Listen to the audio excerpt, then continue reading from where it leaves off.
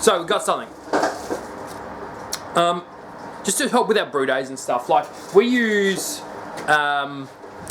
Brewer's Friend to like do most of our recipes, all of that kind of stuff. He gives us IBU, SRM, all of that lovely good stuff. But find on brew day, especially when like a couple of the boys are around and that, tip a few in. Start not taking heaps, good notes, track. You know, you lose a bit of track on what you're doing and stuff during the brew day. So we've written this like Brew Day Check List. I'm doing it with the Jamaican Pilsner. It's a German Pilsner, but it's not even a German Pilsner because it's got every like American lager and American hops. Jamaican Pilsner. So what I'm going to do is through that brew day, I'm using the notes and stuff. So I'm just going to like that's going to be a separate thing. But what I'll do is I'll kind of give. This will be like the introduction to the Brew Day checklist thing and see like what I'm missing and what we need to kind of add or lose to make it efficient and make it like a thing. Like I've used it a couple of times, I'm kind of happy with it, but like there's a bit of redundancy. So first thing we do, right, we'll just go through a little as we go now because my malt's mashing in that.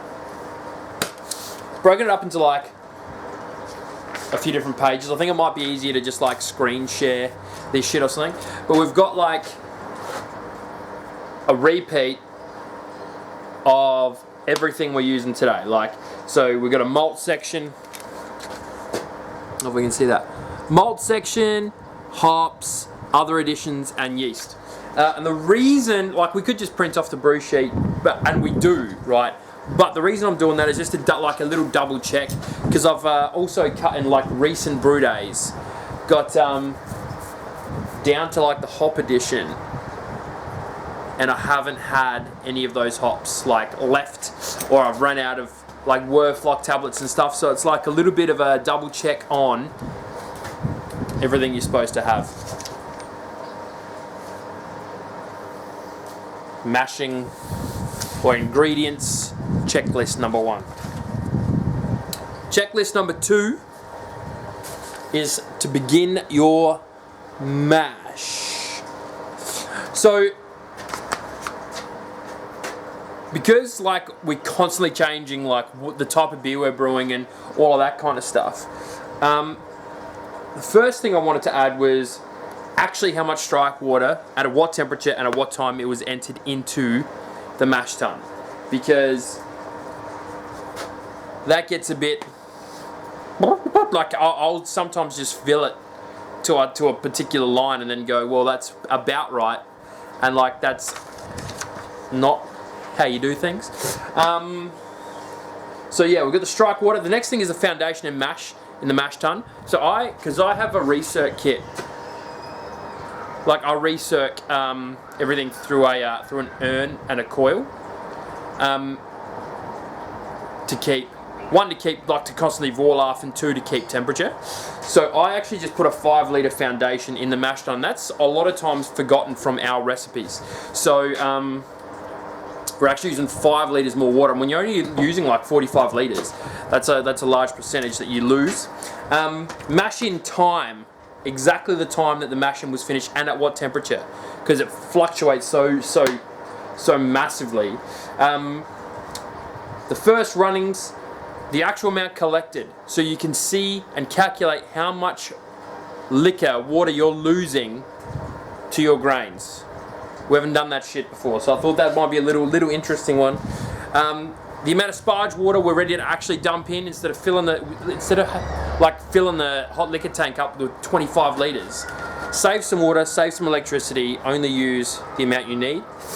And finally, the second runnings. You get a full kettle volume. What is actually in the kettle? What temperature is it when it gets into the kettle? Because you might do a mash out or whatever, or you might just keep it at 65 or 63, 64, whatever, and the time that it gets in the second runnings, because we want to start figuring out how long it takes to go from when we get into the kettle to boil.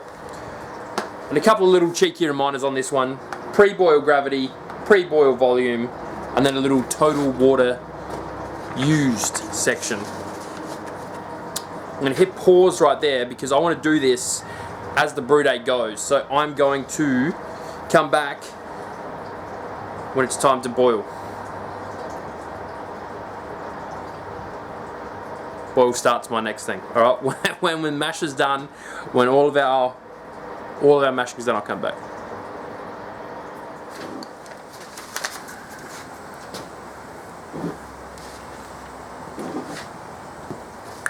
Okay, the Jamaican pills is boiling, so I can get back to the Brew Day checklist sheet that we've created. Lovely reminders, the pre-boil gravity and pre-boil volume. So we're sitting at 27.5 litres. Pre-boil gravity is 1040. So according to our recipe, we're shooting for 1035, right? But that's expected to be a bit higher because normally my pre-boil volume is like 33, 34 litres, 35 litres, something like that. So we're expecting to be a few points higher. So we're doing a smaller batch size for no other reason than I feel like it. So we're going to have a higher gravity beer. That's about it. Also, just reading of our lovely Jamaican pills. 1040, as I said.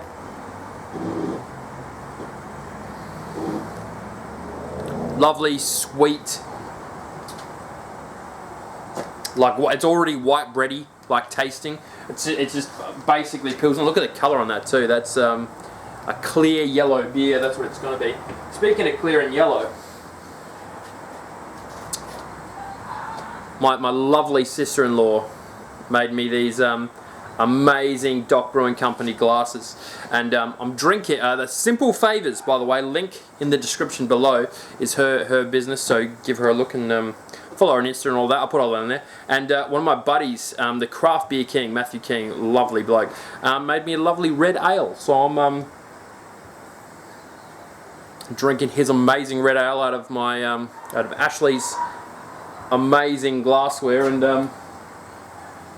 I'm having a good time if I'm being honest with you. Anyway, back to it. The boil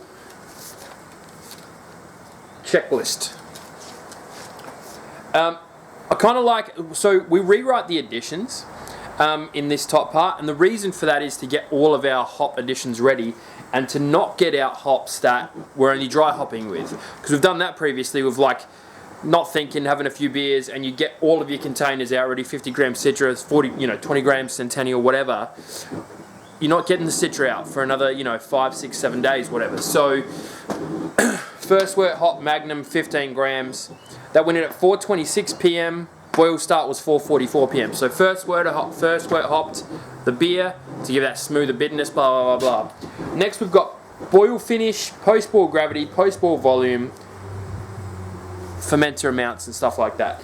So the one thing I was thinking of so far is, like, while I was waiting for the boil to start, I kind of cleaned the brew kit and got rid of the grain. So I don't know if that's like a thing that, like, should I add that to the list, like after the mash section, should I put start cleaning kit while boil, or is that taking the absolute piss on like the steps? I'm just trying to make this a little bit like foolproof, in that like I've made some gold medal beers, judged at Subsoza, or bronze at Subsoza, judged at homebrew comps and stuff. I've got golds, and I'll be fucked if I can ever brew one of those ever again, because my notes look like rubbish. So the idea is to like jot everything down, then we can go onto the computator, redo this, boys, lovely, nice, actual correct brew day notes to accompany your recipes, so we know what's going on and know what's happening. So now, while that's boiling, like I got nothing else to do for 60 minutes because of first wort hop, there's no other additions. We'll note boil finish time, get the gravities, get the volumes, get it into the fermenter, and then from there we yeast pitch time and date and stuff like that, and then bear with me.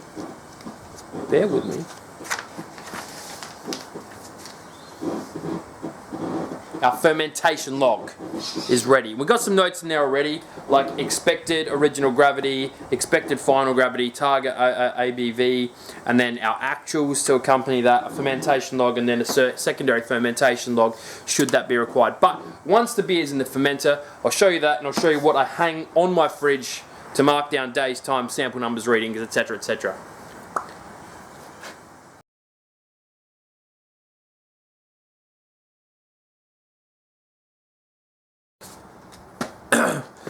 Boil is done.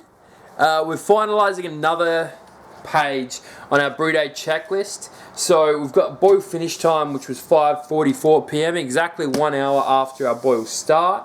We're all into the fermenter for 20 litres at 80 degrees Celsius. Now you're saying, Chris, that's fucking high to go into the fermenter. Yes, it is, but it's a conditioning cube. Am I even showing that shit right? Yeah, there we go. It's a conditioning cube, so it can go in high. I'm going to let it sit overnight to cool down because it's the fuck freezing here at the moment. And we'll pitch the yeast tomorrow morning. So I've also got my post-boil sample.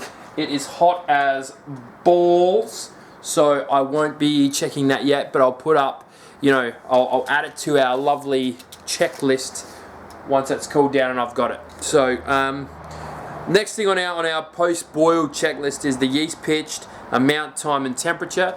We have a California lager yeast we're going to throw on this for as long as it takes, but for about 13-14 degrees Celsius, 1 packet. Alright, and then we have our fermentation log. So we'll go through the fermentation log when the beer is cooled, the yeast has been pitched, and the fermentation log is on the fridge. So I'll be back soon with that, tomorrow even.